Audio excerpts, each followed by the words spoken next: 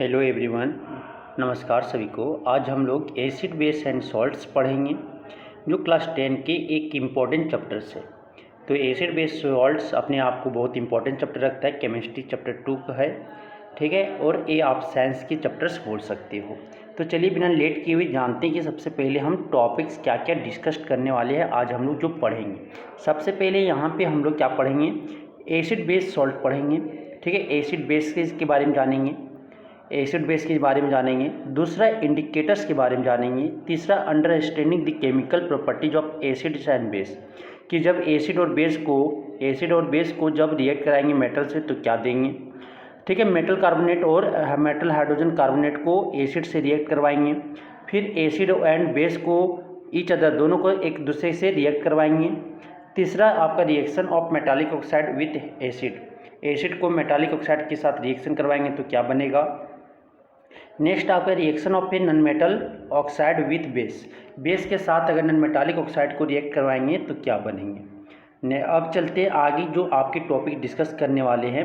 What do all acid and all basis have in common, कि acid में देखेंगे सभी एसिड्स में क्या कॉमन होते हैं, सभी बेसिस में क्या कॉमन होते हैं। तो ये आपको पता होगा कि एसिड में H+ कॉमन होता है और बेसिस में आपका OH- कॉमन होते हैं।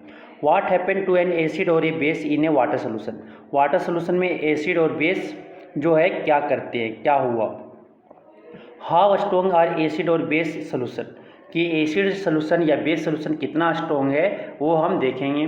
फिर importance of pH in everyday life में pH का क्या महत्वपूर्ण है उसके बारे में जानेंगे। फिर उसके बाद आता है आपका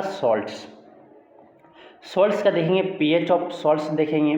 फिर उसके बाद केमिकल्स फ्रॉम कॉमन सॉल्ट्स, फिर common salt A raw material for chemicals, तो कॉमन सॉल्ट को केमिकल्स के लिए रॉ मटेरियल्स की तरह यूज करते हैं, जैसे सोडियम हाइड्रोक्साइड बनाना सीखेंगे, ब्लीचिंग पाउडर बनाना सीखेंगे, यूजेज ऑफ ब्लीचिंग पाउडर, ठीक है, baking soda, uses of sodium baking soda. फिर next washing soda, uses of washing soda. फिर are the crystals of salts are really dry, कि जो आपके सॉल्ट्स होते हैं, सॉल्ट्स के क्रिस्टल्स वो क्या सूखे हुए होते हैं क्या, उसके बारे में जानेंगे। फिर नेक्स्ट है आपका प्लास्टर ऑफ पेरिस, फिर आप क्या है प्लास्टर ऑफ पेरिस। इस तरह से आपका चैप्टर क्या हो जाएंगे, एंड हो जाएंगे। तो चलिए स्टार्ट करते, सबसे पहले एसिड्स के बारे में जानेंगे, ठीक है। किसके बारे में जानेंगे, एसिड्स के बारे में जानेंगे। एसिड्स क्या होते हैं, इसे हम हिंदी में बोलते हैं अम्ल, क्या बोलते हैं, अम्ल बोलते हैं, ठीक। तो acids are sour in taste, acid जब चखोगे उसका टेस्ट कैसा होता है, उसका स्वाद खट्टा हो, कैसा हो, खट्टा हो, तो उसे हम क्या बोलते हैं, एसिड्स बोलते हैं। Acids turn blue litmus to red, आपके एसिड जो होते हैं ये ब्लू लिटमस को किस कलर में चेंज कर देता है, रेड कलर में चेंज कर दे, तो उसे हम क्या बोलते हैं, एसिड्स बोलते हैं। एसिड्स जो है एक्वस सोल्यूशन में है, आपका पानी वाला एक्वस सोल्यूशन बोले तो पानी का सोल्यूशन, ठीक है, उसमें क्या देता है आपका H+ आयन देता है, क्या देता है, H+ आयन दे, तो उसे हम क्या बोलेंगे, एसिड बोलते हैं। एसिड क्रोड मेटल्स, एसिड क्या कोरोजन ला देता है, मेटल को क्या कर देता है, जंग लगवा देता है, ठीक है। जैसे आप आयरन में देखे होंगे जंग लगते हुए, कॉपर में जंग लगते हुए, तो एसिड्स के कांटेक्ट में मेटल आने पे क्या होता है, क्रोड नेचर बना देता है, कोरोजन ला देता है। समझ में आ गया। अब आता है नेक्स्ट, आप देखेंगे types of acid. Types of acid आपके होते हैं strong acid and weak acid. Strong acid वैसा एसिड जो वाटर में घोलने पर, वाटर के सोल्यूशन में क्या दे, आपके large amount of, maximum amount of क्या दे, आपका H+ आयन दे, मैक्सिमम अमाउंट में H+ आयन देता है, तो उसे हम क्या बोलते हैं, स्ट्रॉन्ग एसिड बोलते हैं।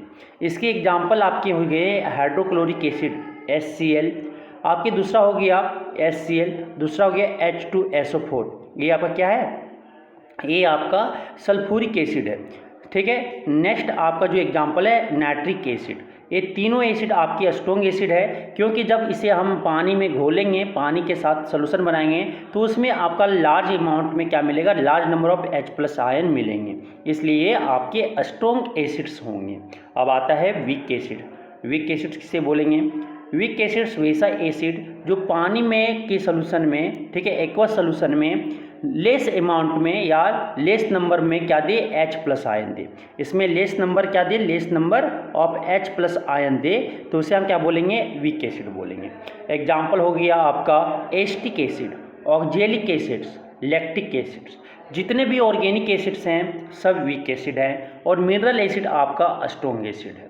तो यहाँ पे आपको समझ आ गया। एक आपका H2CO3, ये आपका हाइड्रोजन कार्बोनेट है, इसको हम बोलते हैं कार्बनिक एसिड। कार्बनिक एसिड आपका ये मिनरल एसिड है या इनऑर्गेनिक एसिड्स है, लेकिन ये आपका क्या वीक एसिड है। वीक एसिड इसलिए है, ये एसिड्स आप देखे होंगे सॉफ्ट ड्रिंक जब आप ले रहे होंगे तो इसमें आपका क्या होता है, कार्बनिक एसिड पाया जाता है। ठीक है, तो ये एसिड्स को हम पीने से भी इसे नुकसान नहीं है। तो कार्बनिक एसिड को हम क्या कर सकते हैं, खा भी सकते हैं। अब आता है कंसनट्रेटेड एसिड और डाइल्यूटेड एसिड। क्या आता है, कंसनट्रेटेड और डाइल्यूटेड एसिड। कंसनट्रेटेड एसिड उसको बोलेंगे जिसमें लार्ज मोर अमाउंट में क्या हो, एसिड हो, और लेस अमाउंट में वाटर हो, तो उसे हम कंसनट्रेटेड एसिड बोलते हैं। कि एसिड का मात्रा ज़्यादा हो और पानी का मात्रा कम हो तो उसे हम कंसनट्रेटेड एसिड बोलते हैं। डाइल्यूट एसिड किसे बोलेंगे, जिस एसिड में आपका वाटर की मात्रा ज़्यादा हो और आपका एसिड की मात्रा कम हो तो उसे हम डाइल्यूट एसिड बोलते हैं। समझ आ गया। वो अब आते हैं ऑर्गेनिक एसिड्स एंड आपका इनऑर्गेनिक एसिड्स। ऑर्गेनिक एसिड्स वे सब एसिड जो नेचुरल से ऑब्टेन किया हो, जैसे प्लांट एंड एनिमल से प्राप्त हुआ हो, ऑब्टेंड हुआ हो, प्लांट एंड एनिमल से ऑब्टेंड हुआ हो, तो उसे हम क्या बोलेंगे, ऑर्गेनिक एसिड्स बोलेंगे। ठीक है, तो इसमें आपके क्या हो जाएंगे, acetic acid, oxalic acid, lactic acids, ये सब आपके क्या है, टेटेरिक एसिड्स, ये सब आपके ऑर्गेनिक एसिड्स है। अब आते हैं मिनरल एसिड। मिनरल एसिड का दूसरा नाम इनऑर्गेनिक एसिड्स या सिंथेटिक एसिड। वैसा एसिड्स जो आपके केमिकल्स को यूज करके लेबोरेटरी में प्रिपेयर किया गया हो तो उस एसिड को हम क्या बोलेंगे, मिनरल एसिड बोलेंगे। क्या बोलेंगे, मिनरल एसिड बोलेंगे। मिनरल एसिड का आपका एग्जांपल हो जाएगा हाइड्रोक्लोरिक एसिड HCl, फिर क्या हो जाएंगे H2SO4। जितने भी स्ट्रॉन्ग एसिड हैं, ठीक है, ये आपके क्या है, आपकी मिनरल एसिड्स है HNO3। ठीक, अब आ चलते हैं आगे बेसिज। आप क्या आते हैं, बेसिज आते हैं। बेसिज का प्रॉपर्टीज देखेंगे। बेसिज का जो बेसिज के जो बेस होते हैं उसका टेस्ट आपका बिटर होता है। ठीक है, bases are bitter in taste. उसका अगर स्वाद चखोगे तो कैसा लगेगा, कड़वापन लगेगा, तो उसे हम क्या बोलेंगे, बेस बोलेंगे। बेस जो है, बेस का सोल्यूशन में अगर रेड लिटमस से किस में चेंज कर देता है, ब्लू में। एक लिटमस क्या है, इंडिकेटर है जो रेड लिटमस को किस में चेंज कर देगा, ब्लू में चेंज कर देता है, टर्न कर देता है, तो उसे हम क्या बोलेंगे, बेस बोलेंगे। अब आता है आगे कि आप bases give OH- ion in aqueous solution.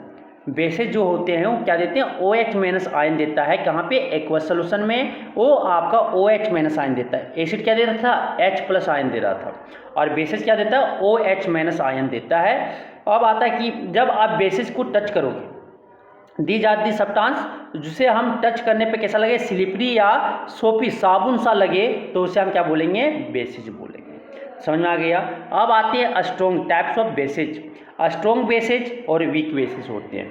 तो स्ट्रॉन्ग बेसिज वैसा बेस जो पानी एक्वस सोल्यूशन में, वैसा बेसिज जो एक्वस सोल्यूशन में लार्ज अमाउंट या large number of OH- ion they.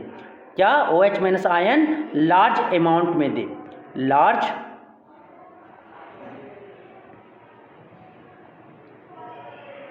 Large amount में दे, तो उसे हम क्या बोलेंगे, बेसिज बोलेंगे। इसका एग्जांपल हो जाएंगे NaOH, KOH, CaOH2। ये आपका A स्मॉल होगा, C कैपिटल A स्मॉल होगा, ये आपका स्मॉल होगा। तो ये आपका हो जाएगा sodium hydroxide, potassium hydroxide, calcium hydroxides. ये आपकी बेसिज है और एक कैसा बेसिज है, स्ट्रॉन्ग बेसिज। क्यों स्ट्रॉन्ग बेसिज है, क्योंकि उसे जब एक्वस सोल्यूशन में डालेंगे, पानी में डालेंगे, सोल्यूशन बनाएंगे, तो लार्ज अमाउंट में हमें क्या मिल देगा, OH- आयन देगा, इसलिए आपका स्ट्रॉन्ग बेसिज है। अब आते हैं वीक बेसिज। वीक बेसिज वैसा बेस जिसे वाटर के सोल्यूशन में लेस अमाउंट में OH- आयन दे, लेस अमाउंट में OH- आयन दे, तो उसे हम क्या बोलेंगे, उसे हम वीक बेस बोलेंगे। इसका एग्जांपल हो जाएगा एमोनियम हाइड्रोक्साइड NH4OH। ये आपका एक ऐसा बेस है जो वीक बेस है, जिसे वाटर के सोल्यूशन में आपका क्या मिलेगा, लेस अमाउंट में OH- आयन मिलेंगे। अब आते हैं अल्कलीज। अल्कली क्या होता है? अल्कली वैसा बेस जो वाटर में क्या हो, सोलूबल हो, तो उसे हम क्या बोलेंगे? अल्कली बोलेंगे।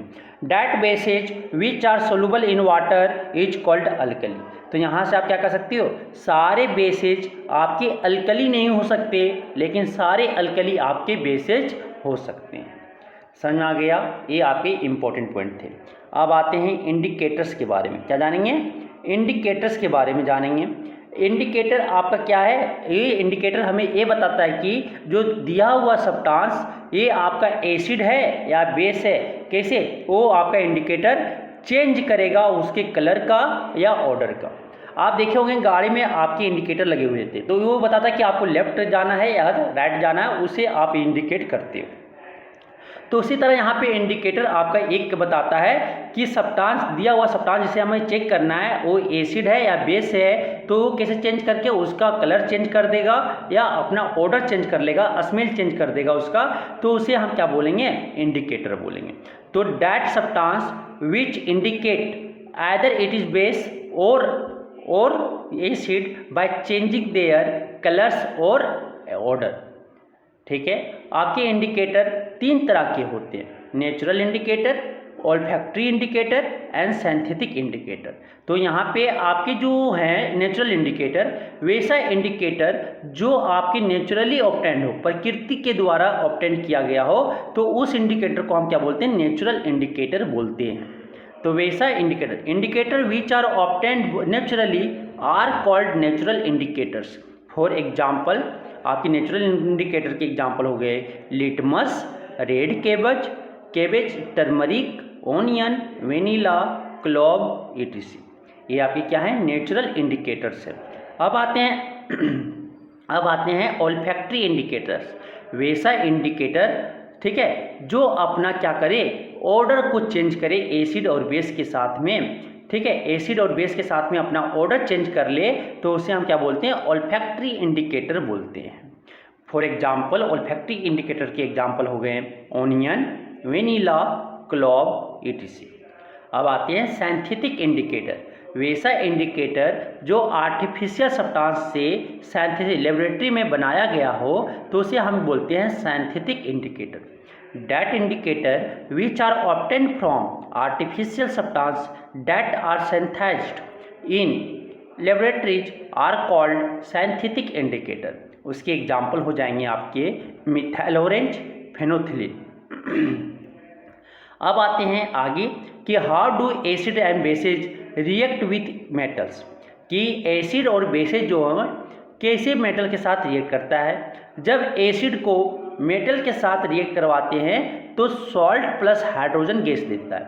When acid react with metal then it form salt and hydrogen gas.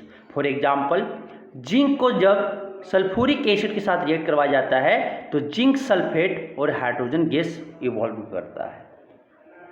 उसी तरह अगर सोडियम को जब HCl के साथ रिएक्ट करवाया जाता है, किसका? हाइड्रोक्लोरिक एसिड के साथ, तो क्या बनता है? सोडियम क्लोराइड प्लस क्या बनेगा? आपका हाइड्रोजन गैस बनता है। अब हाइड्रोजन गैस बनता है तो यहाँ पे आपका रिएक्शन बैलेंस नहीं, तो आपको रिएक्शन क्या करना पड़ेगा? बैलेंस करना पड़ेगा। क्या करना पड़ेगा? बैलेंस करना पड़ेगा। तो 2 लगा देंगे सब में, तो क्या हो जाएगा? रिएक्शन बैलेंस हो जाएगा। ठीक, अब आता है लेट्स परफॉर्म। आप देखते हैं क्या कि हाइड्रोजन गैस को क्या कि वहाँ पे आपका जो हाइड्रोजन गैस इवॉल्व कर रहा है, कोई भी एक्सपेरिमेंट जब एसिड और मेटल को रिएक्ट करवाते हैं तो सॉल्ट और हाइड्रोजन गैस इवॉल्व करता है। उसको टेस्ट करने के लिए कि हाइड्रोजन गैस है या कोई दूसरा गैस है, वो हम एक्सपेरिमेंट से परफॉर्म करेंगे।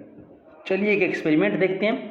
ये आपका NCERT का एग्जाम, ये आपका एक्सपेरिमेंट है, ये आपकी NCERT बुक में दिया है।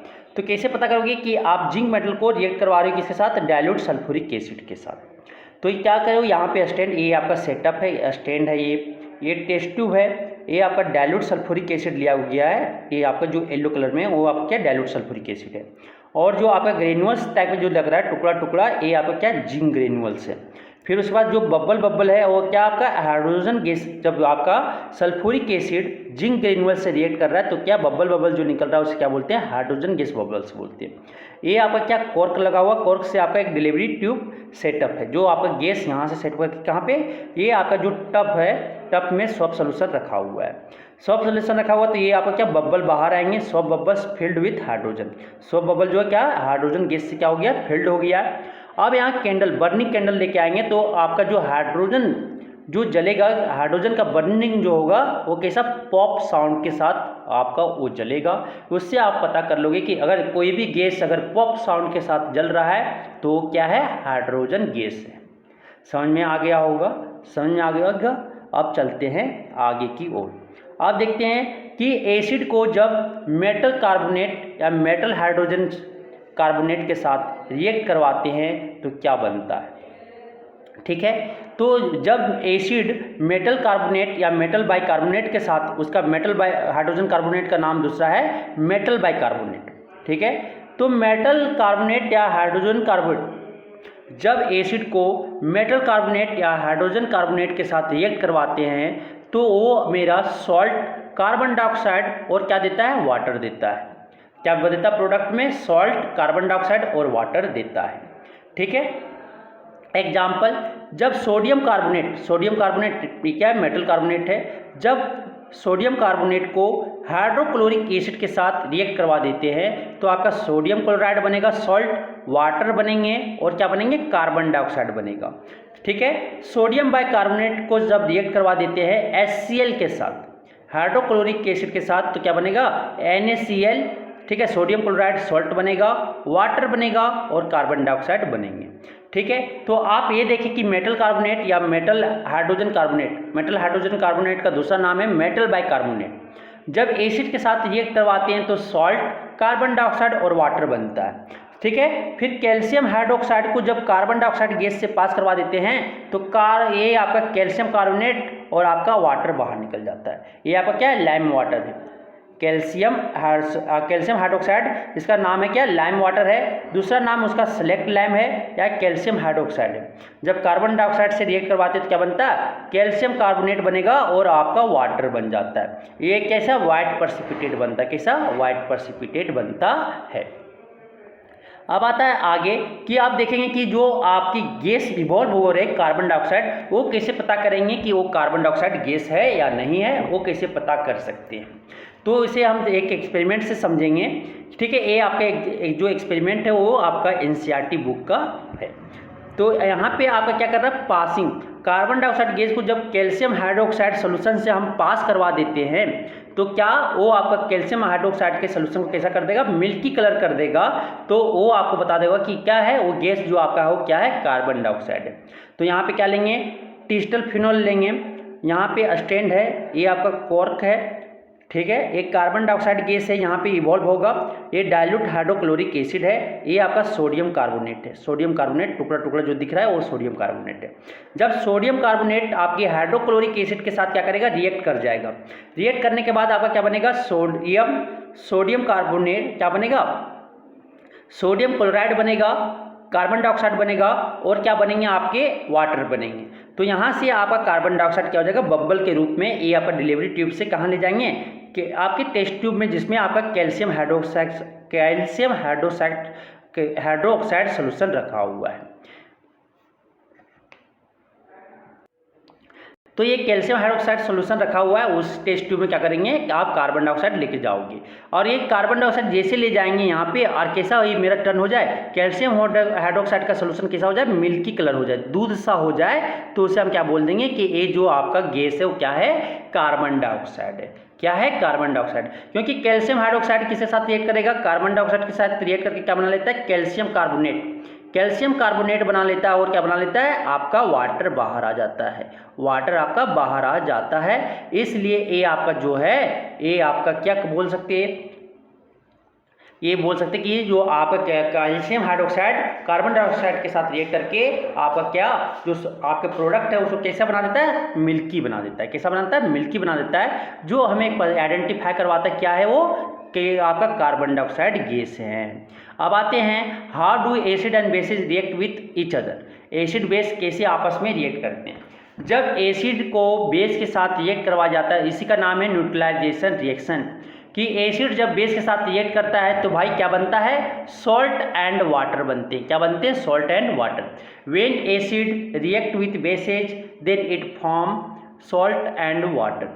तो इसका एग्जाम्पल देखते हैं। जब NaOH ये क्या होना चाहिए, एक्वस।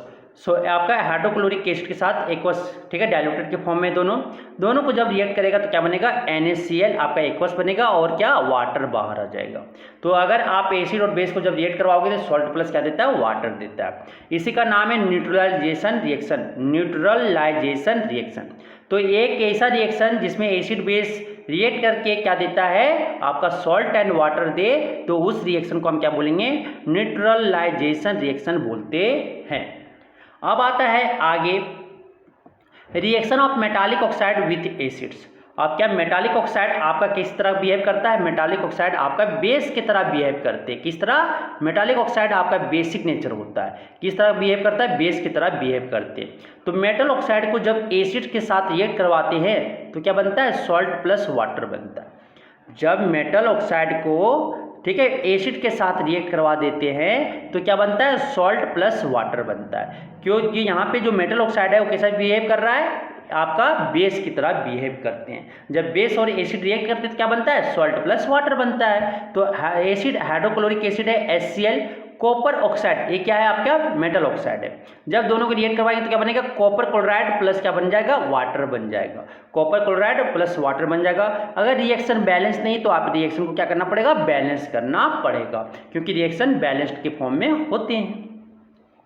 अब आते हैं कि since metallic oxide react with acid to give salts and water, कि आप मेटालिक ऑक्साइड किसके साथ, एसिड के साथ रिएक्ट करके क्या देता है, सॉल्ट एंड वाटर देता है। Similar to the reaction of a base with an acid, उसी तरह देगा कि जैसे बेस आपका एसिड के साथ रिएक्ट करके क्या दे रहा था, वो आपका सॉल्ट एंड वाटर दे रहा था, उसी तरह। तो मेटालिक ऑक्साइड यहाँ पे क्या बोलेंगे, बेसिक ऑक्साइड है। मेटालिक ऑक्साइड्स क्या हैं, बेसिक ऑक्साइड्स हैं। क्या है, बेसिक ऑक्साइड। वो बिहेव कैसे करता है, बेसिक ऑक्साइड की तरह बिहेव करते हैं। कौन, मेटल ऑक्साइड्स। अब आते हैं आगे reaction of a non metallic oxides with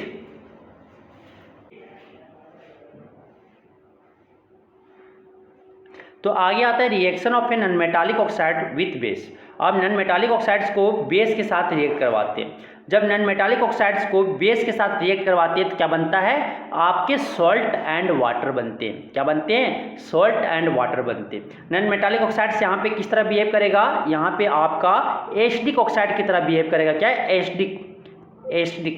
acid की तरह बिहेव करेगा। नॉन मेटालिक ऑक्साइड को जब बेस के साथ रिएक्ट करवाते तो क्या बना, सॉल्ट प्लस वाटर देगा। द रिएक्शन बिटवीन यहाँ पे जो नॉन मेटालिक ऑक्साइड्स और बेस की तरह जो हो रहा है वो किसका सिमिलर है, reaction with between base and acid. तो we conclude that non metallic oxide जो होते हैं वो एसिडिक इन नेचर होते हैं। किस तरह के बिहेव शो करते, एसिड की तरह बिहेव शो करते। कौन, नॉन मेटालिक ऑक्साइड। इसीलिए नॉन मेटालिक ऑक्साइड जब बेस के साथ रिएक्ट करता है तो क्या बनता है, सॉल्ट प्लस वाटर बनता है, सॉल्ट प्लस वाटर बनता है। फॉर एग्जाम्पल एक दिखाते हैं आपको, क्या कि आपके, ठीक,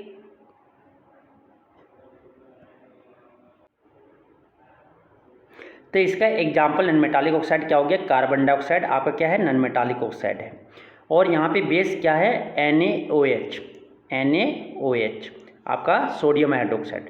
जब ये दोनों रिएक्ट करेंगे तो क्या बनता है, आपका सोडियम कार्बोनेट Na2CO3 बनेगा, सोडियम कार्बोनेट बनेगा, और आपका क्या बन जाएगा, ये सॉल्ट हो गया, और आपका क्या बनेगा, वाटर बनेंगे।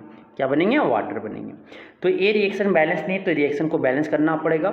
तो यहाँ पे क्या करें, यहाँ पे हम 2 लगाएं,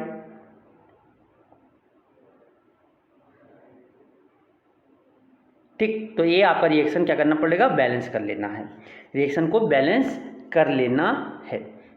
तो यहाँ पे आप क्या करो, 2 लगा दो। देखो आपका कार्बन 2 हो गया, ऑक्सीजन 4 हो गए, फिर सोडियम आपके 2 हो गए, हाइड्रोजन आपके 2 हो गए। रिएक्शन क्या हो गया, बैलेंस है, ठीक। तो अब चलते हैं आगे।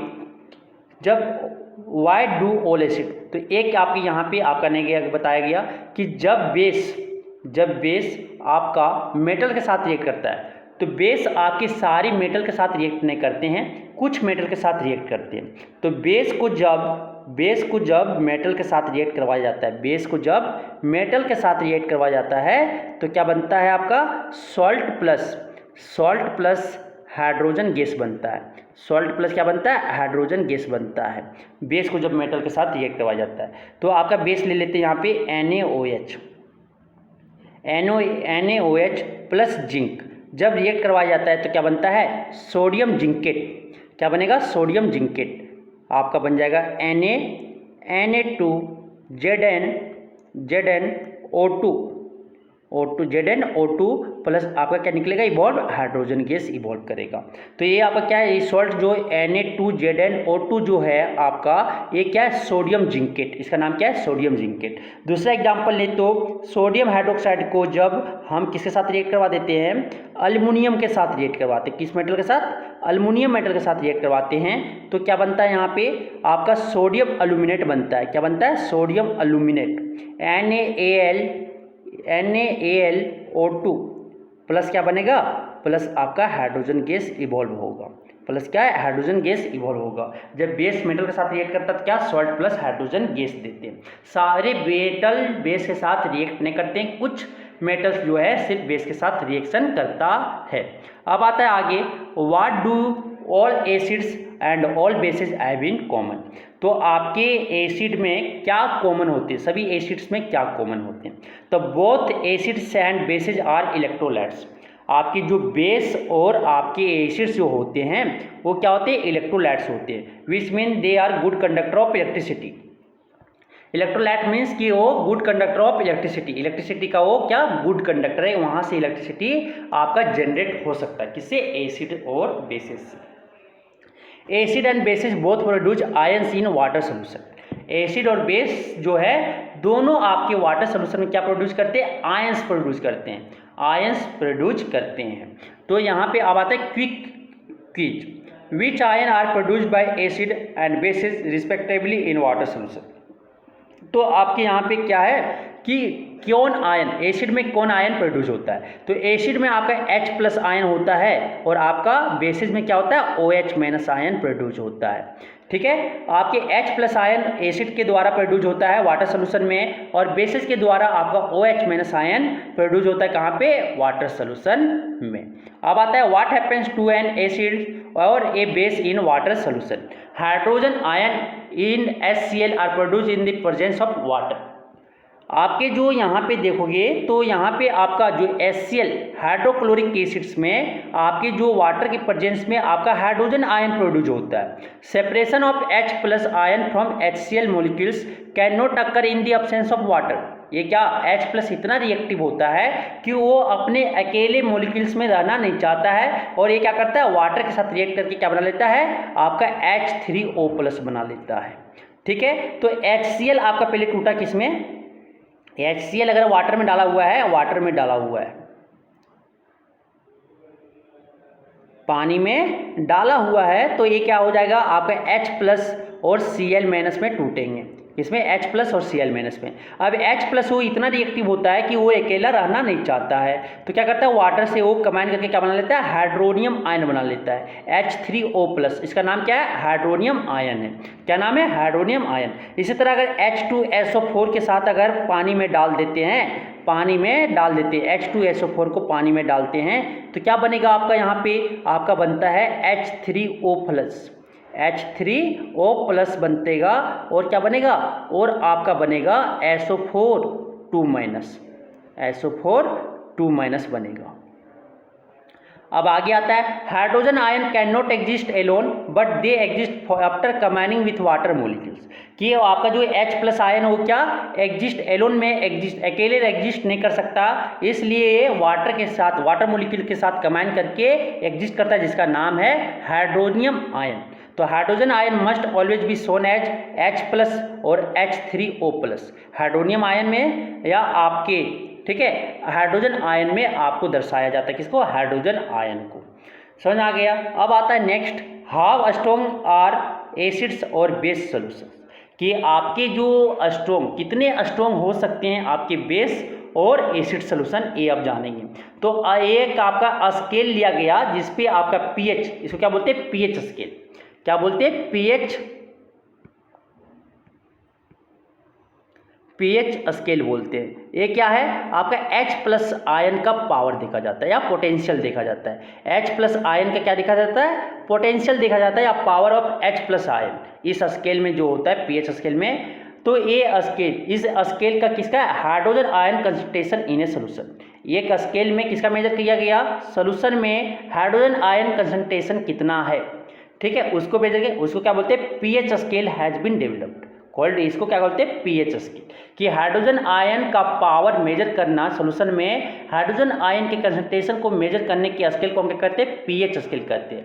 पी जो आपका होता है पोटेंशियल होता है, या बोलते हैं उसे पावर, जिसका मीन क्या होता है, पावर होता है, और एच मतलब क्या होता है, हाइड्रोजन आयन होते हैं।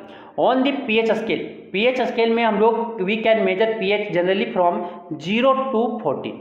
0 आपका क्या होता है, वेरी एसिडिक होता है, और 14 जो होता है आपका वेरी अल्कलाइन होता है। मीन्स कि सबसे ज़्यादा एसिड पूछे तो कहाँ पे होगा, 0 पे, और सबसे ज़्यादा बेस पूछे कि सबसे ज़्यादा बेसिक कहाँ पे होगा, तो 14 पे, क्योंकि पीएच स्केल का जो वैल्यू होता है कहाँ से कहाँ तक होता है, 0 to 14 होता है, कहाँ से 0 to 14 होता है। pH should be thought of simply as a number which indicate the acidic or basic nature of a solution।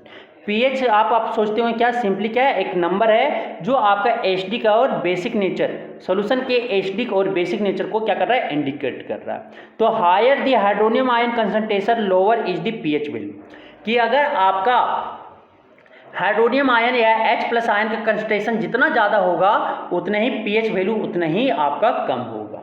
तो ये आपका इन्वर्सली प्रोपोर्शनल है, कि आपका hydronium ion, concentration of hydronium ion या हाइड्रोजन आयन का कंसंट्रेशन अगर बढ़ता जा रहा है तो पीएच वैल्यू जो है आपका क्या हो जाएगा, घटता जाएगा। मीन्स कि यहाँ पे आप कह सकते हो कि पीएच जो है आपका इन्वर्सली प्रोपोर्शनल है किसका, कंसंट्रेशन ऑफ H+ आयन का, कंसंट्रेशन ऑफ H+ आयन का, ठीक है। तो यहाँ पे H+ आयन अगर बढ़ रहा है कंसंट्रेशन उसका, तो पीएच वैल्यू क्या हो जाएगा, घटेगा। The pH of a neutral solution, जो आपके न्यूट्रल सोल्यूशन के पीएच वैल्यू होते हैं क्या होते हैं, 7 होता है, और अगर वैल्यू अगर 7 से लेस देन है तो इसे हम क्या ऑन दिए पीएच स्केल पे, अगर वैल्यू पीएच जो है लेस देन 7 हो तो उसे हम बोलते हैं एसिडिक सोल्यूशन, और अगर पीएच वैल्यू 7 से ज़्यादा हो, 7 to 14 मीन्स ग्रेटर देन 7 हो, तो उसे हम क्या बोलते हैं, आप यहाँ पे OH- आयन क्या हो रहा है, इंक्रीज कर रहा है, कंसंट्रेशन ऑफ OH- आयन क्या कर रहा है, इंक्रीज कर रहा है सोल्यूशन में, और H+ आयन का कंसंट्रेशन क्या कर रहा है, डिक्रीज कर रहा है उस सोल्यूशन में, तो इसे हम क्या बोलेंगे, increase in the strength of base. तो वहाँ पे बेस क्या हो रहा है, इंक्रीज कर रहा है, वो अगर 7 से 14 की ओर जा रहे, ग्रेटर देन 7 है, तो वो क्या कहलाता है, बेस कहलाता है। Strength of acids and basis depend on the number of H+ ion and OH- ions produce. तो आपके एसिड और बेस के स्ट्रेंथ जो है वो नंबर किस पे डिपेंड करता है, number of H+ ion, H+ ion या OH- आयन कितना वहाँ पे प्रोड्यूस हो रहा है, उस पर आपका डिपेंड करता है कि एसिड आपका स्ट्रॉन्ग होगा या वीक होगा। Acid that gives rise to more H+ ion are said to be strong acid. वैसा एसिड जो सबसे ज़्यादा H+ आयन दे तो उस एसिड को आप क्या बोलेंगे, स्ट्रॉन्ग एसिड्स बोलेंगे, और जो एसिड्स आपके लेस H+ आयन दे तो उसे हम क्या बोलेंगे, वो उसे हम बोलेंगे वीक एसिड बोलेंगे। Acid that give less H+ ion are said to be weak acids. अब आते हैं पीएच स्केल के डायग्राम। तो यहाँ से हम देखिए क्या पीएच स्केल क्या है, वो आपका कंसंट्रेशन ऑफ H वैल्यू का क्या करता है, मेजर करता है, जिसे हम क्या बोलते हैं, पीएच स्केल कहते हैं। पीएच जो है, पी आपका प्रोटीन या पावर, उसका मतलब क्या होता है, पावर, और एच मतलब होता है H+ आयन। तो इसका H+ आयन का क्या होता है, पावर होता है। तो पीएच स्केल में आपका क्या 0 से 14 तक क्या होता है, 0 से 14 तक स्केल में आपका डिनोटेड नंबर होते हैं, 0 से लेकर 14 तक। 0 अगर है तो ये वेरी एसिडिक है, और 14 वैल्यू है तो ये क्या है, वेरी अल्कलाइन है, वेरी बेसिक है। अब होता है कि नंबर विच इंडिकेट द, ठीक है, नंबर थाउट की हम लोग क्या नंबर इंडिकेट है उसमें, और ये आपका क्या नंबर क्या बताता है, सोल्यूशन के नेचर, सोल्यूशन के बेसिक नेचर या एसिडिक नेचर को इंडिकेट करता है। तो अगर हाइड्रोनियम आयन जितना, हाइड्रोजन आयन जितना हायर होगा, कंसंट्रेशन उसका जितना हायर होगा, उसका पीएच वैल्यू उतना ही कम होंगे। अब आते हैं आगे पीएच स्केल डायग्राम। ये आपका क्या है, पीएच स्केल डायग्राम है, ये आपकी क्या है, पीएच स्केल डायग्राम है। तो इसमें आप देखो यहाँ से 0 से 14, यहाँ पे 1 होगा, यहाँ पे 2 होंगे, यहाँ पे 3 होगा, यहाँ पे 4 होंगे, यहाँ पे 5 होंगे, यहाँ पे 6 होंगे, यहाँ पे 7, यहाँ पे 8 होगा, यहाँ पे 9 होगा, यहाँ पे 10 होंगे, यहाँ पे 11 होगा, यहाँ पे 12 होगा, यहाँ पे 13 होगा। आपके स्केल में इस तरह के नंबर होते हैं, वहाँ पे इस तरह के नंबर होते हैं। अब देखो क्या बोलता है कि अगर 0 से 7 के बीच में है तो इसे हम क्या बोलते हैं, एसिड बोलते हैं। क्या बोलते हैं, एसिड बोलते हैं। और अगर 7 से 14 के बीच में है तो इसे बोलते हैं बेस। क्या बोलते हैं, बेस। और 7 पे है तो इसे क्या बोलते हैं, न्यूट्रल बोलते हैं। अगर 7 से आपका इधर आ रहे हैं लेफ्ट साइड में, 7 के लेफ्ट साइड में आ रहे हैं तो एसिडिक नेचर क्या हो रहा है, इंक्रीज कर रहा है, और पीएच वैल्यू क्या हो रहा है, डिक्रीज कर रहा है। पीएच क्या कर रहा है, डिक्रीज कर रहा है, पीएच वैल्यू। एसिडिक नेचर क्या कर रहा है, इंक्रीज कर रहा है। और यहाँ पे increase in H+ ion concentration. और क्या हो रहा है, 7 से जैसे आप इधर आ रहे हो, एरो क्या दर्शा रहा है कि आप लेफ्ट साइड में जा रहे हो, ठीक है। तो यहाँ पे आपकी जो H+ आयन का कंसंट्रेशन वो क्या कर रहा है, इंक्रीज कर रहा है, तो पीएच वैल्यू आपका डिक्रीज कर रहा है, एसिडिक नेचर क्या कर रहा है, इंक्रीज कर रहा है। अब 7 से 14 की तरफ जा रहे हो, 7 की राइट साइड जा रहे हो, तो बेसिक नेचर क्या कर रहा है, इंक्रीज कर रहा है, और यहाँ पे आपका H+ आयन का जो कंसंट्रेशन है वो क्या कर रहा है, डिक्रीज कर रहा है। मीन्स की पीएच वैल्यू मेरा क्या कर रहा है, इंक्रीज कर रहा है। पीएच वैल्यू क्या कर रहा है, इंक्रीज कर रहा है। पीएच वैल्यू मेरा इंक्रीज कर रहे हैं, ठीक है। तो यहाँ पे हम देख सकते हैं कि variation of pH with change in concentration of H+ और OH- आयन। तो 0, ये आपका 1 जो अगर है 1 अप्रोक्स जो आपका गैस्ट्रिक जूस है HCl, उसका जो वैल्यू होता है, पीएच वैल्यू क्या होता है, अप्रोक्स 1.2 होता है। लेमन जूस जो है अप्रोक्स इसका क्या होता है, 2.2 होता है। फिर आपका प्योर वाटर या ब्लड का जो आपका पीएच वैल्यू होता है वो क्या होता है, 7.4 होता है। डिस्टिल वाटर का जो पीएच वैल्यू होता है वो क्या होता है, 7 होता है, ठीक है। Milk of magnesia MgOH2 whole 2, MgOH2 whole 2, इसका जो वैल्यू होता है OH होल 2, इसका जो मिल्क ऑफ मैग्नीशिया ये क्या है, 10 होता है, इसका वैल्यू 10 होता है। सोडियम हाइड्रोक्साइड जो आपके सोल्यूशन उसका क्या होता है, 14 होता है, इसका पीएच वैल्यू क्या होता है, 14 होते हैं। समझ आ गए। तो ये पीएच स्केल डायग्राम में देखो H+ आयन क्या हो रहा है, घट रहा है, जैसे 0 से 14 की ओर जा रहा है, H+ आयन घट रहा है, और OH- आयन क्या हो रहा है, आपका बढ़ रहा है, ठीक है। तो लेफ्ट टू राइट अगर हम जा रहे हैं तो मेरा एसिडिक नेचर क्या हो रहा है, एसिडिक नेचर डिक्रीज कर रहा है, और बेसिक नेचर इंक्रीज कर रहा है। समझ आ गया। अब चलते हैं नेक्स्ट की ओर। अब आता है importance of pH in everyday life, ठीक है। पीएच वैल्यू या पीएच स्केल इसको बोलते हैं, दूसरा नाम है यूनिवर्सल इंडिकेटर, इसी का नाम है यूनिवर्सल इंडिकेटर। अब आते हैं आगे है importance of pH in everyday life. Everyday life में पीएच का क्या महत्वपूर्ण है। Are plants and animal pH sensitive, क्या प्लांट्स और एनिमल्स जो पीएच सेंसिटिव जो उसके वो क्या इंपॉर्टेंट है, हाँ। तो अगर आवर बॉडी जो है, हमारा शरीर जो है किस पे कितना पे गए, आपके पीएच रेंज 7.0 से लेकर 7.8 तक काम करता है। अगर living organism can survive only in narrow range of pH change, अगर थोड़ा हल्का चेंज, अगर पीएच में हल्का चेंजमेंट आ रहा है तब तक आप तो क्या करोगे, सर्वाइव कर लोगे। और जहाँ पे पीएच आपका चेंज हो गया ज़्यादा तो आप वहाँ पे क्या करोगे, डाई हो जाओगे, आप जीवित नहीं रह सकते। तो when pH of rain water is less than 5.6, अगर आपका पीएच रेन वाटर का पीएच वैल्यू क्या है, लेस देन 5.6 है, तो उसे हम क्या बोलते हैं, एसिड रेन कहते हैं।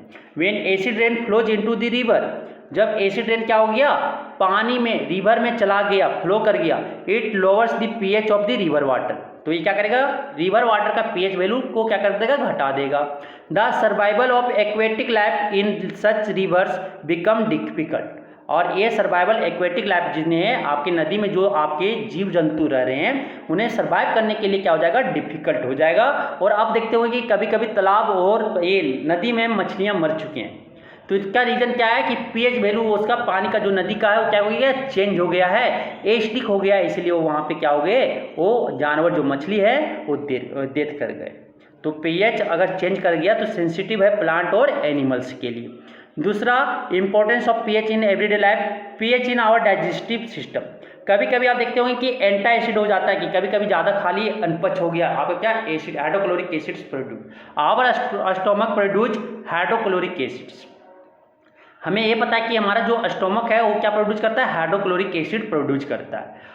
It helps in the digestion of food without harming the stomach, stomach को बिना नुकसान पहुंचाए क्या करता है, फूड को डाइजेस्ट करवाने में मदद करता है। कौन, हाइड्रोक्लोरिक एसिड्स। ड्यूरिंग इंडाइजेशन खाच, ठीक है, stomach produce too much acid, this cause pain and irritation, कि किसी समय में इंडाइजेशन, अगर अब मेरा खाना नहीं पचा तो स्टोमक में क्या हो गया, सबसे ज़्यादा एसिड वहाँ पे प्रोड्यूस हो गया, जो हमारे क्या हो जाता है, पेट दर्द का और इरिटेशन और अकबकाहट खराब हो जाता है, ठीक है। तो to get rid of pain, ठीक है, इस पेन को, उस पेन से राहत पाने के लिए क्या करता है, पीपल यूज बेसेज, पीपल क्या यूज करते हैं, बेस यूज करते हैं, कॉल्ड एंटा एसिड, कभी कभी देखे होंगे कि अनपय वगैरह हो गया, एसिड हो गया, तो आपको इनो पीते हो, इनो ले लेते हो, मैग्नीशियम हाइड्रोक्साइड हो जाता है, माइल्ड बेस खा लेते हो, तो ये क्या हो गया, इस पर्पज़ को यूज करने के लिए यूज करते हैं। एंटी एसिड से राहत, डाइजेस्टिव सिस्टम का पीएच अगर गड़बड़ हो गया, ठीक है, एसिडिक हो गया, तो वहाँ पे हम बेस लेके उसे क्या करते हैं, न्यूट्रलाइज करवा देते हैं। तो एंटी एसिड्स न्यूट्रलाइज लाए द एक्सेस एसिड, जो ज़्यादा एसिड है उसको क्या कर दिया, न्यूट्रलाइज कर दिया, उदासीन कर दिया। तो ये क्या एग्जाम्पल आपके एंटी एसिड्स के, आपका magnesium hydroxide MgOH2, a milk of magnesia, mild base, Eno, ये सब आपके क्या हैं, बेस हैं। जब हमारे स्टोमक में एसिड ज़्यादा हो जाता है तो ये खा लो, आपके क्या हो जाएंगे, न्यूट्रलाइज हो जाएगा और आप पेन से राहत पा सकते हो। अब आते हैं आगे, pH change as the cause of tooth decay. आपके जो क्या बने हुए, कैल्शियम फास्फेट से आपका टूथ बना हुआ है, और अगर आपका टूथ डिके, अगर पीएच वैल्यू अगर लेस देन 5.7 हो जा रहा है तो आपका टूथ डिके जो है, दांत का सड़न स्टार्ट हो जाते हैं। अगर पीएच, माउथ का पीएच जब आपका 5.5 से कम हो जाए तो टूथ डिके क्या हो जाएगा, स्टार्ट हो जाएगा। Tooth animal made of calcium phosphate, ये किसका बना हुआ है, कैल्शियम फास्फेट। जो टूथ एनिमल है वो आपका किसका बना हुआ है, कैल्शियम फास्फेट का बना हुआ है। जो बॉडी में सबसे हार्डेस्ट सब्सटेंस है, जो बॉडी का में सबसे हार्डेस्ट सब्सटेंस आपका कैल्शियम फास्फेट है।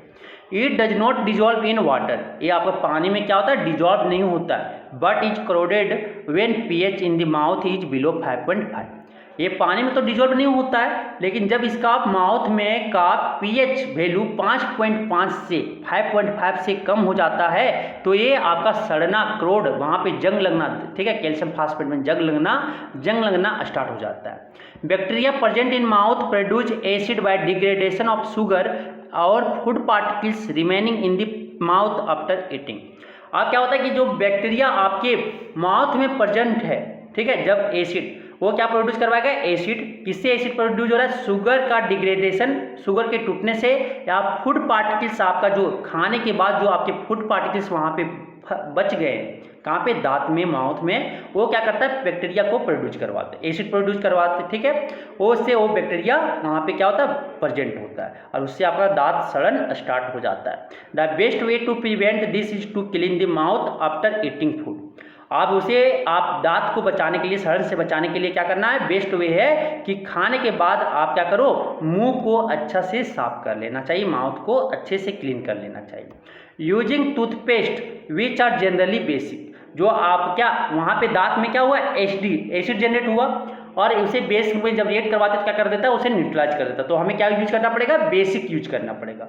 तो यूजिंग टूथपेस्ट जो क्या होता है, बेसिक नेचर का होता है, उसे हम क्या, दांत को क्लीन करने के लिए यूज करते हैं। जो एक्सेस एसिड वहाँ पे उत्पन्न हुआ उसे क्या कर देता है, न्यूट्रलाइज कर देता है, और टूथ डिके से क्या करता है, बचाता है। समझ में आ गया। अब चलते हैं आगे आता है self defence bye animal and plants through chemical warfare. अब क्या होता है कि कभी कभी आपको मधुमक्खी ने काट ली, बी ने काट लिया, बी स्टिंग लीव्स आपको क्या किया, काट लिया, तो वहाँ पे वो क्या किया, फॉर्मिक एसिड को छोड़ दिया, एसिड वहाँ पे छोड़ दिया, जो कापेन और इरिटेट आपको क्या हो रहा है, वहाँ पे इरिटेशन हो रहा है। तो आप क्या करोगे, बेस, माइल्ड बेस को यूज करके क्या करोगे, बेकिंग सोडा, बेकिंग सोडा को स्टंग एरिया में क्या करोगे, रगड़ोगे, वहाँ पे लगाओगे, तो आपको क्या मिलेगा, तुरंत रिलीफ मिलेगा। क्यों रिलीफ मिलेगा, क्योंकि एसिड जब बेस के साथ रिएक्ट करता है तो क्या बना देता है, सॉल्ट और वाटर न्यूट्रलाइज कर देता है, इसलिए आप उस समय वहाँ पे बेकिंग सोडा का यूज कर सकते हो काटे हुए एरिया में। Stinging air of nettle leaves inject methanoic acid causing burning pain. आपका जो स्टिंगिंग हेयर होता है, नेटल लिप्स का स्टिंगिंग हेयर, ठीक है, वो क्या इंजेक्ट करता है, मिथेनोइक एसिड, इसी का दूसरा नाम है फॉर्मिक एसिड। तो मिथेनोइक एसिड वहाँ पे क्या करता है, इंजेक्ट कर देता है, ठीक है। मिथेनोइक एसिड आप देखे होंगे, लाल वाला चिट्टी जो होता है ना पेड़ में, उसमें आपका जो इसका रस निकालोगे मार के उसके, तो ये क्या होता है, मिथेनोइक एसिड होते हैं। तो काउजिंग ये क्या करता है, बर्निंग पेन, और ये क्या ला देता है, बर्निंग पेन ला देता है। फिर उसे हम बेकिंग सोडा, जहाँ पे काटा हुआ है वहाँ पे बेकिंग सोडा लगा दो, कुछ देर में क्या हो जाएगा, आपको उससे राहत मिल जाएगा, क्योंकि वो न्यूट्रलाइज कर लिया, बेस ने एसिड के साथ बेस ने रिएक्ट करके क्या कर लिया, न्यूट्रलाइज कर लिया। अब आते हैं आगे, अब आता है सम नेचुरली अकरिंग एसिड्स। कुछ आपके एसिड जो है नेचुरली अकरिंग एसिड्स है। विनेगर आपके जो नेचुरल सोर्स है और इसमें एसिड क्या पाए जाते हैं। विनेगर में आपका एसिटिक एसिड पाया जाता है, ऑरेंज में आपका सिट्रिक एसिड पाया जाता है, टेमरिन में आपका टेरिक एसिड पाया जाता है, टोमेटो में ऑक्जेलिक एसिड्स पाए जाते हैं, सॉर मिल्क या कर्ड में आपका लैक्टिक एसिड पाया जाता है, लेमन में आपका सिट्रिक एसिड पाया जाता है, अनरैप ग्रेप्स में आपका सिट्रिक एसिड पाया जाता है, एंट अस्टिंग में मिथेनोइक एसिड पाया जाता है और नेटल अस्टिंग में क्या पाया जाता है, आपका मिथेनोइक एसिड पाया जाता है। समझ आ गया। अब चलते हैं आगे की ओर। अब आता है सॉल्ट्स। आप किसी बारे में जानेंगे सॉल्ट्स। तो सॉल्ट का पीएच, सॉल्ट कैसे बनता है, जब एसिड और बेस आपस में रिएक्ट करके क्या बनाता है, सॉल्ट और वाटर बनाता है, वही आपका सॉल्ट का फॉर्मेशन है। ठीक है, जब एसिड रिएक्ट किया तो salt of a strong acid and a strong base are neutral with pH of value of 7। जब अगर आपका स्ट्रॉन्ग एसिड और स्ट्रॉन्ग बेस से सॉल्ट बने हों तो क्या होता है, वो न्यूट्रल होता है और जिसका पीएच वैल्यू क्या होता है, 7 होता है। इसे क्या बोलते हैं, सिंपल सॉल्ट बोलते हैं, नॉर्मल सॉल्ट बोलते हैं और न्यूट्रल सॉल्ट बोलते हैं। क्या बोलते हैं, न्यूट्रल सॉल्ट बोलते हैं। ठीक है, इसे क्या बोलते हैं, न्यूट्रल सॉल्ट बोलते हैं। ऑन दी अदर हैंड, अगर सॉल्ट आपका स्ट्रॉन्ग एसिड और वीक बेस से बना हुआ है तो उस सॉल्ट को हम क्या बोलेंगे, एसिडिक बोलेंगे और जिसका पीएच वैल्यू क्या हो जाएगा, लेस देन 7 हो जाएगा। अगर आपका सॉल्ट स्ट्रॉन्ग एसिड और weak base, for example strong acid और स्ट्रॉन्ग बेस से आपका सॉल्ट बना हुआ है तो सॉल्ट कैसा होगा, न्यूट्रल होगा और पीएच वैल्यू क्या हो जाएगा, 7 हो जाएगा। तो स्ट्रॉन्ग एसिड आप ले लो, आपका HCl स्ट्रॉन्ग एसिड है और आपका स्ट्रॉन्ग बेस क्या है, NaOH है, सोडियम हाइड्रोक्साइड है। जब ये दोनों रिएक्ट करेगा तो क्या बनेगा, आपका सोडियम क्लोराइड बनेगा। सोडियम क्लोराइड और क्या बनता है, वाटर बनता है। ये सॉल्ट कैसा होगा, आपका न्यूट्रल होगा क्योंकि ये आपका स्ट्रॉन्ग बेस और आपका स्ट्रॉन्ग एसिड से बना हुआ है, इसलिए ये सॉल्ट आपका क्या है, न्यूट्रल है, जिसका पीएच वैल्यू आपका क्या हो जाएगा, 7 हो जाएगा। ठीक है, पीएच वैल्यू क्या हो जाएगा, 7 होगा। अब आता है दूसरा कि जब स्ट्रॉन्ग एसिड और वीक बेस से सॉल्ट बना हो तो उसे एसिडिक बोलते हैं और उसका पीएच वैल्यू लेस देन 7 होता है। तो आप यहाँ पे एग्जांपल ले सकते हो, स्ट्रॉन्ग एसिड HCl हो गया, आपका वीक बेस क्या हो जाता है, एमोनियम हाइड्रोक्साइड NH4OH। तो ये आपका जो NH4OH तो यहाँ पे आपका रिएक्ट करके क्या बनाएगा, यहाँ पे आपका बनाएगा आपका एमोनियम क्लोराइड NH4Cl और आपका क्या बनाएगा, वाटर बनेगा। क्या बनाएगा, वाटर बनेगा। एमोनियम क्लोराइड जो होगा कैसा सॉल्ट होगा, एमोनियम क्लोराइड जो होगा एसिडिक सॉल्ट होगा क्योंकि आपका स्ट्रॉन्ग एसिड और वीक बेस से बना हुआ है, इसलिए ये आपका जो सॉल्ट होगा एसिडिक सॉल्ट होगा, जिसका पीएच वैल्यू क्या होगा, लेस देन 7 होंगे। जिसका पीएच वैल्यू क्या होगा, लेस देन 7 होगा, लेस देन 7 होगा। समझ आ गया। अब चलते हैं नेक्स्ट कि वैसा सॉल्ट जो स्ट्रॉन्ग बेस और वीक एसिड से बना हो तो वो सॉल्ट जो होगा बेसिक इन नेचर होंगे और इसका पीएच वैल्यू आपका क्या हो जाएगा, ग्रेटर देन 7 होगा। एग्जाम्पल देखते हैं। यहाँ पे आप ले लो क्या, स्ट्रॉन्ग बेस ले लिए NaOH आपका स्ट्रॉन्ग बेस है और आपका कार्बोनिक एसिड H2CO3 आपका क्या है, वीक एसिड है। जब ये दोनों रिएक्ट करता है तो क्या बनेगा, सोडियम कार्बोनेट। क्या बनेगा, सोडियम कार्बोनेट बनेगा और क्या बनेगा, वाटर बनेंगे। क्या बनेंगे, वाटर बनेंगे। तो यहाँ पे आपका जो सोडियम कार्बोनेट एक कैसा सॉल्ट होगा, बेसिक सॉल्ट होगा, इसका पीएच वैल्यू क्या हो जाएगा, ग्रेटर देन 7 होगा क्योंकि ये स्ट्रॉन्ग बेस और वीक एसिड से रिएक्ट किया हुआ है, सॉल्ट बना है, इसलिए इसका नेचर कैसा होगा, सॉल्ट का, सोडियम कार्बोनेट का बेसिक नेचर होंगे। तो ये आपको समझ में आ गया। अब चलते हैं नेक्स्ट टॉपिक की ओर, केमिकल फ्रॉम कॉमन सॉल्ट्स। अब यहाँ कॉमन सॉल्ट से हम क्या देखेंगे, केमिकल्स। कॉमन सॉल्ट्स से हम केमिकल्स बनाना सीखेंगे। Sodium hydroxide, bleaching powder, baking soda, washing soda, plaster of Paris. तो कॉमन सॉल्ट्स का फॉर्मूला क्या होता है, सोडियम क्लोराइड होता है। क्या होता है, सोडियम क्लोराइड होता है। अब आता है सोडियम हाइड्रोक्साइड। जब हम क्या करें, बेरिन सोल्यूशन में इलेक्ट्रिसिटी पास करवा दें, जब brine solution aqueous solution of sodium chloride में क्या, पानी में है, सोडियम क्लोराइड के एक्वस सोल्यूशन में इलेक्ट्रिसिटी पास करवा दे तो इसे क्या बोलते हैं, aqueous solution of sodium chloride, brine. देखे होंगे आप लोग, जो आपका सलाइन होता है ना, वाटर जो सलाइन होता है वो क्या है, सोडियम क्लोराइड का वाटर तो ही है। ठीक है, तो इसे हम बोलते हैं बेरिल। देखना कि पानी का जो बोतल आपका सलाइन होता है उसमें जो लिखा रहता है उसमें बेरिल लिखा हुआ होता है। अगर उसमें आप इलेक्ट्रिसिटी पास करवा देते हो तो ये किस में टूट जाएगा, सोडियम हाइड्रोक्साइड में, हाइड्रोजन गैस में और क्लोरीन गैस में। इसका नाम है क्लोर अल्कली प्रोसेस। क्लोर अल्कली प्रोसेस, इस प्रोसेस का नाम इसलिए पड़ा क्योंकि प्रोडक्ट में हमें क्या मिल रहा है, क्लोर मतलब क्लोरीन मिल रहा है, क्लोरीन गैस, और अल्कली में क्या मिल रहा है, सोडियम हाइड्रोक्साइड मिल रहा है। इसलिए क्या हो जाएगा, सोडियम एक क्लोर अल्कली प्रोसेस हो जाएगा। ये फॉर्मेशन है सोडियम हाइड्रोक्साइड का। सोडियम हाइड्रोक्साइड की ये आपका केमिकल नेम हो गया। इसका फार्मूला क्या होता है, NaOH हो जाएगा। NaOH आपका फार्मूला हो गया, केमिकल फार्मूला। कॉमन नेम जो इसका है कास्टिक सोडा है। क्या नाम है, कास्टिक सोडा। कॉमन नेम जो है इसका नाम है कास्टिक सोडा, घर वाला नाम जो आप खोजोगे, ठीक है। कॉमन नेम इसका कास्टिक सोडा है। आपका इसका केमिकल नेम सोडियम हाइड्रोक्साइड है और ये आपका सोडियम हाइड्रोक्साइड NaOH इसका केमिकल फार्मूला है।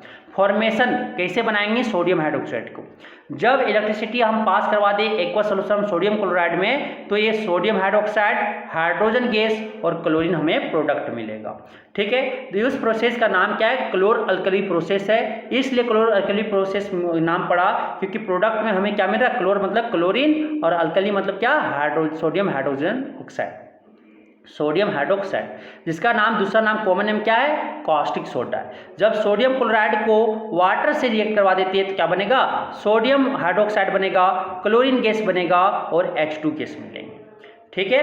तो ये आपके प्रोडक्ट है, ये आपको याद कर लेना है, रिएक्शन भी और आपका डेफिनेशन भी फॉर्मेशन का। अब आता है सोडियम हाइड्रोक्साइड का यूज कहाँ कहाँ है। सोडियम हाइड्रोक्साइड का यूज हम लोग सोप एंड डिटर्जेंट में करते हैं। सोप या डिटर्जेंट बनाने में सोडियम हाइड्रोक्साइड का यूज होता है। पेपर मैन्युफैक्चर करने में इसका यूज होता है। ऑयल रिफाइनिंग में इसका यूज किया जाता है कास्टिक सोडा का। पेस्टिसाइड्स बनाने में आपका सोडियम हाइड्रोक्साइड का यूज करते हैं। अब आता है ब्लीचिंग पाउडर। क्या आता है भाई, ब्लीचिंग पाउडर आता है। तो ब्लीचिंग पाउडर का आपका केमिकल नाम जो है कैल्शियम ऑक्सीक्लोराइड है। क्या है ब्लीचिंग पाउडर का केमिकल नेम, इसका केमिकल नाम है, केमिकल नाम क्या, कैल्शियम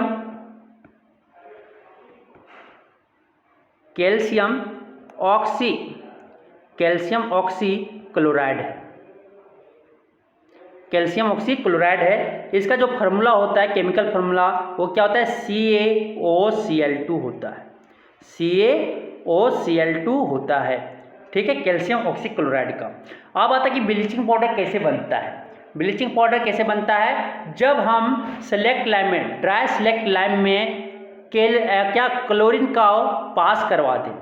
जब हम क्लोरीन को या इसमें सेलेक्ट लाइम में या कैल्शियम हाइड्रोक्साइड में, ड्राई कैल्शियम हाइड्रोक्साइड में अगर हम क्लोरीन पास करवा देते हैं तो वो ब्लीचिंग प्रोड्यूस करता है। When chlorine gas is passed through dry select lime, then it form bleaching powder. Bleaching powder is represented as, इसका केमिकल फॉर्मूला क्या होता है, CaOCl2 होता है, ठीक है। इसका फॉर्मेशन देखेंगे आपका फार्मूला कैसे, सूत्र कैसे बनता है। तो CaOH2 को जब क्लोरीन गैस के साथ रिएक्ट करवा देते हैं तो कैल्शियम CaOCl2 प्लस क्या बन जाता है, वाटर बन जाता है। ये कैसा होना चाहिए, ड्राई। सेलेक्ट लाइम जो है कैसा होना चाहिए, ड्राई होना चाहिए। कैसा होना चाहिए, ड्राई होना चाहिए। तो इसको अगर कैल्शियम क्लोरीन से रिएक्ट करवा देते तो क्या बनेगा, कैल्शियम ऑक्सीक्लोराइड। ये आपका ब्लीचिंग पाउडर हो गया और क्या साथ में देता है, वाटर देता है, ठीक है। अब आता है फॉर ब्लीचिंग कॉटन और linen in the textile industry, for bleaching wood pulp in paper factories, for bleaching washed clothes in laundry. इसका यूजेज कहाँ पे है ब्लीचिंग पाउडर का। तो ये ब्लीचिंग कॉटन में यूज किया जाता है, लाइनन इन दी टेक्सटाइल इंडस्ट्री में यूज किया जाता है, ब्लीचिंग वुड पल्प में जहाँ पे पेपर फैक्ट्रीज है वहाँ पे भी इसका यूज होता है, और लॉन्ड्री में कपड़े वॉश करने के लिए ब्लीचिंग का यूज करते हैं। अब आता है next, as an oxidising agent in many chemical industries. Oxidising agent के तरह, ऑक्सीडाइजिंग एजेंट किसको बोलते हैं, जिसमें क्या हो, ऑक्सीजन का रिमूवल हो और दूसरे में ऑक्सीजन का एडिशन हो, तो उसे हम क्या बोलेंगे, दूसरे एलिमेंट में क्या करवाना, ऑक्सीजन का एडिशन करवाना। तो ये ऑक्सीडाइजिंग एजेंट की तरह यूज होता है, केमिकल इंडस्ट्रीज में। अब क्या होता है, ब्लीचिंग पाउडर को डिसइंफेक्ट ड्रिंकिंग वाटर को फ्री ऑफ जर्म्स को किल करने के लिए ब्लीचिंग पाउडर का यूज किए जाते हैं। ड्रिंकिंग वाटर में अगर ज़्यादा आपका जर्म हो गया उस पानी में तो उसको मारने के लिए क्या किया जाता है, ब्लीचिंग पाउडर का यूज करते हैं। अब आता है नेक्स्ट बेकिंग सोडा। क्या आता है, बेकिंग सोडा होता है। तो बेकिंग सोडा का दूसरा नाम जो है सोडियम हाइड्रोजन कार्बोनेट है या सोडियम बाइकार्बोनेट है। ये आपका बेकिंग सोडा कॉमन नेम हो गया, कॉमन नेम, और इसका केमिकल नेम जो होगा वो सोडियम हाइड्रोजन कार्बोनेट होगा। ठीक है, तो soda commonly used in kitchen for making tasty crispy pakoras in baking soda. जो आपके किचन में क्रिस्पी पकौड़ा बनाने के लिए, ठीक है, स्वेलन पकौड़ा बनाने के लिए यूज कर रहे हैं सोडा को, वो आपका क्या है, बेकिंग सोडा है। Sometimes is added for faster cooking. कुछ समय के लिए, कुछ टाइम में क्या, कुछ समय के में हम क्या करते हैं, अगर खाना जल्दी पकाना है तो वहाँ पे बेकिंग सोडा ऐड कर दो, खाना आपका जल्दी पक जाएगा। फिर उसका जो केमिकल नेम जो होता है, बेकिंग सोडा का जो केमिकल नेम होता है सोडियम हाइड्रोजन कार्बोनेट होता है या सोडियम बाइकार्बोनेट होता है। सोडियम हाइड्रोजन कार्बोनेट या सोडियम बाइकार्बोनेट, इसके जो फॉर्मूले होते हैं NaHCO3 होता है। सोडियम बाइकार्बोनेट या सोडियम हाइड्रोजन कार्बोनेट का कोई पूछे फार्मूला क्या होता है तो क्या बोलोगे, NaHCO3। अब ये आता है कि ये जो हमें कैसे बनाते हैं, ठीक है, इसे हम कहाँ यूज करते हैं, सोडियम क्लोराइड को बनाने के लिए रॉ मटेरियल की तरह यूज करते हैं। इसे बनाने के लिए कि हम क्या करते हैं, सोडियम क्लोराइड को रॉ मटेरियल की तरह यूज करके हम क्या सोडियम बाइकार्बोनेट या सोडियम हाइड्रोजन कार्बोनेट बनाएंगे। अब क्या होता है, प्रिपरेशन या फॉर्मेशन ऑफ बेकिंग सोडा। जब सोडियम क्लोराइड को एमोनियम से, क्या, एमोनिया से, ठीक है, NH3, जब सोडियम क्लोराइड को एमोनिया के साथ कार्बन डाइऑक्साइड और वाटर के साथ रिएक्ट करवा देते हैं। When sodium chloride react with ammonia, water and carbon dioxide, then it form ammonium chloride and sodium bicarbonate. तो ये आपका क्या प्रोडक्ट मिलेगा, सोडियम बाइकार्बोनेट मिलेगा। मीन्स कि सोडियम क्लोराइड, एमोनिया, वाटर और कार्बन डाइऑक्साइड चारों को कंबाइन करवा दो, रिएक्ट करवा दो, तो आपके मिल जाएंगे एमोनियम क्लोराइड और आपका मिलेगा क्या, sodium bicarbonate, sodium hydrogen carbonate. अब इसका ये आपका प्रिपरेशन भी देख लीजिए कि कैसे प्रिपेयर कर सकते हैं। इसे हम केमिकल नेम भी देख लिए, केमिकल फार्मूला भी देख लिए और कॉमन नेम भी देख लिए। अब आता है यूजेज, इसका यूज कहाँ कहाँ पे है।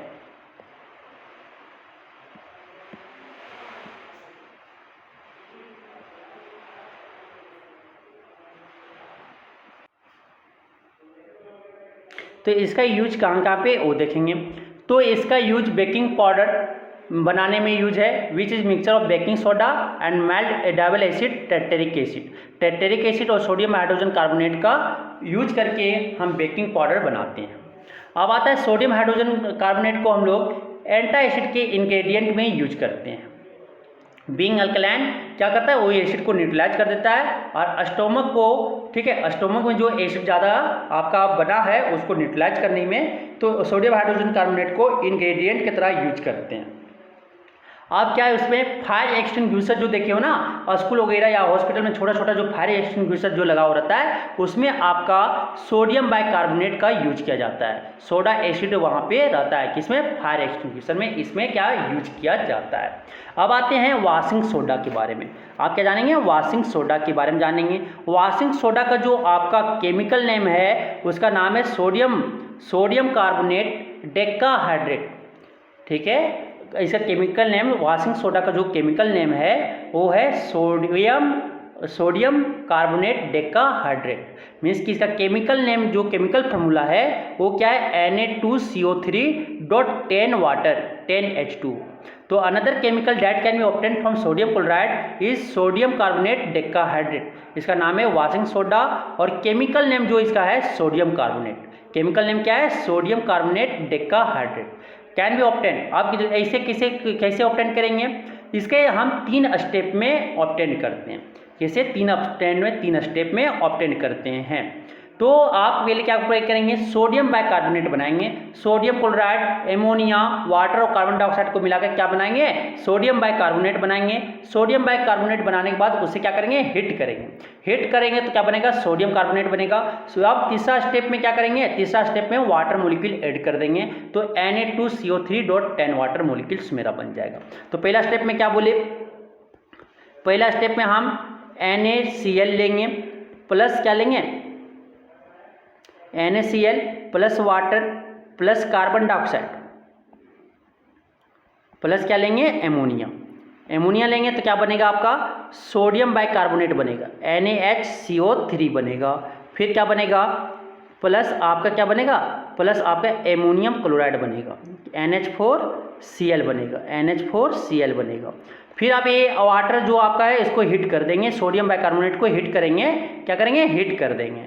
हिट करेंगे तो क्या बन जाएगा आपका सोडियम कार्बोनेट Na2CO3, और वाटर जो है वो क्या हो जाएगा, बाहर आ जाएगा, वाटर आपका बाहर आ जाएगा। अब ये हिट करने पे आप देखो यहाँ पे तीसरा स्टेप आपका सोडियम बाइकार्बोनेट में क्या करेंगे, 10 मोलिक्यूल ऑफ वाटर ऐड कर देंगे, तो क्या बन जाएगा, sodium carbonate decahydrate washing soda मेरा बन जाएगा। क्या बन जाएगा, सोडियम कार्बोनेट Na2CO3.10 वाटर बन जाएंगे। समझ में आ गया। अब आता है वॉशिंग सोडा का यूजेज।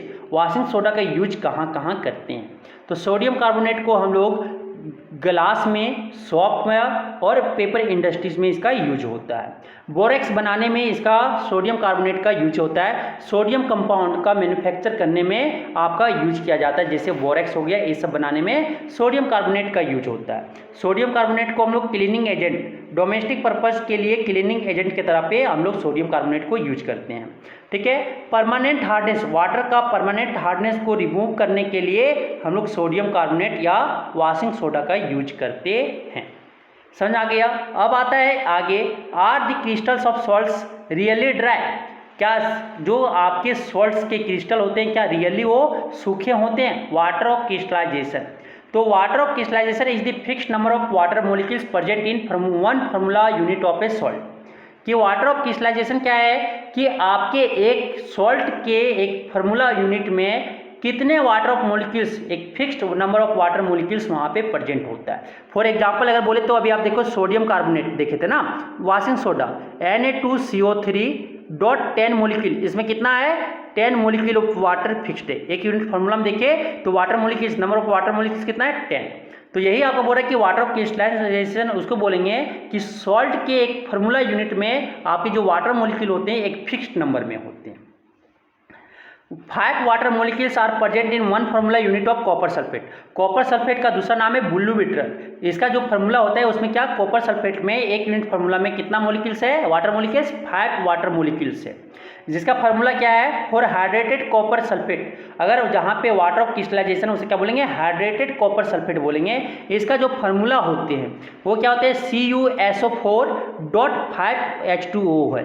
तो इसीलिए ये आपका क्या ब्लू विट्रल है, इसका कलर कैसा होता है ब्लू विट्रल।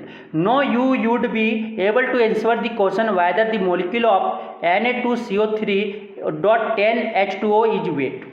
अब हम लोग क्या आंसर, इस क्वेश्चन का आंसर दे सकते हैं कि वाटर जो मॉलिक्यूल आपके Na2CO3.10 वाटर है वो क्या होता है, वेट होता है, भींगा होता है।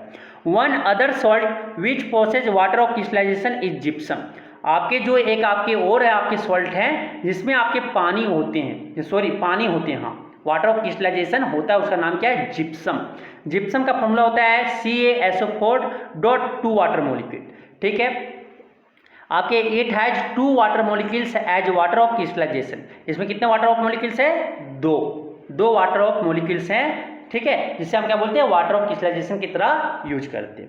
इट हैज द फार्मूला, आपके जो जिप्सम का फार्मूला होता है क्या होता है CaSO4.2H2O, ये आपका जिप्सम का फार्मूला है। तो वाटर ऑफ क्रिस्टलाइजेशन आपको समझ में आ गया। अब आता है आगे प्लास्टर ऑफ पेरिस। आप देखेंगे प्लास्टर ऑफ पेरिस कैसे बनता है। आप क्या देखेंगे, प्लास्टर ऑफ पेरिस कैसे बनते हैं। तो प्लास्टर ऑफ पेरिस को जब हम, प्लास्टर ऑफ पेरिस क्या होता है, ये आपका इसका प्लास्टर ऑफ पेरिस को शॉर्ट फॉर्म में बोलते हैं POP। ठीक है। इसका केमिकल नेम होता है कैल्शियम सल्फेट हेमीहाइड्रेट। क्या होता है, कैल्शियम सल्फेट हेमीहाइड्रेट होता है। ठीक है, कैल्शियम सल्फेट हेमीहाइड्रेट। तो इसका केमिकल नेम है, फार्मूला क्या होता है, CaSO4.1/2H2O। ठीक है, ये आपका फार्मूला है। जब जिप्सम को 373 केल्विन पे हीट कर देंगे, जब जिप्सम को 373 केल्विन में हीट कर देंगे तो ये कुछ वाटर मॉलिक्यूल्स को लॉस करके कैल्शियम सल्फेट हेमीहाइड्रेट मीन्स कि प्लास्टर ऑफ पेरिस बना लेगा। ठीक है, फॉर्मेशन देख रहे हैं, formation of plaster of Paris. When gypsum is heated at 373 kelvin it forms plaster of Paris, और इसे हम क्या बोलते हैं, प्लास्टर ऑफ पेरिस बोलते हैं। तो इसका यूज कहाँ पे है, डॉक्टर ने आपकी जब प्लास्टर करवाते हैं, फ्रैक्चर्ड बोन को प्लास्टर करने में सपोर्ट देने के लिए आपके डॉक्टर जो है प्लास्टर ऑफ पेरिस का यूज करते हैं। आपके जो ऑर्नामेंट, चिप ऑर्नामेंट होता है उसे प्लास्टर ऑफ पेरिस से बनाया जाता है। ठीक है, वाइट वॉशिंग, वाइट पाउडर बनाने में भी यूज होता है। ठीक है, वाटर के साथ मिक्स करके, और उसका फिर आगे इसका यूज जो है टॉयज बनाने में हेल्प किया जाता है, स्टैचू बनाने में प्लास्टर ऑफ पेरिस का यूज किया जाता है। तो प्लास्टर ऑफ पेरिस का यूज कहाँ पे, डॉक्टर यूज करते हैं हॉस्पिटल में प्लास्टर करने के लिए, फ्रैक्चर बोन को प्लास्टर करने के लिए। ठीक है, दूसरा स्टैचू और टॉयज बनाने में हेल्प किया जाता है, चिप ऑर्नामेंट्स बनाने के लिए इसका यूज किया जाता है। नेक्स्ट आपका जो इसका यूज है वो क्या, वाइट वॉशिंग में यूज किया जाता है, वाइट पाउडर बनाने में यूज किया जाता है। अब इसका फार्मूला देखते हैं क्या, कि जब कैल्शियम उल्टा कर दो, कैल्शियम जिप्सम ये हीट कर दो, ठीक है, उल्टा कैल्शियम सल्फेट डॉट है आपका डाइहाइड्रेट को जब हीट करते हैं जिप्सम को, कितना केल्विन पे, 373 केल्विन पे हीट करते हैं, तो क्या बन जाएगा, प्लास्टर ऑफ पेरिस बन जाएगा।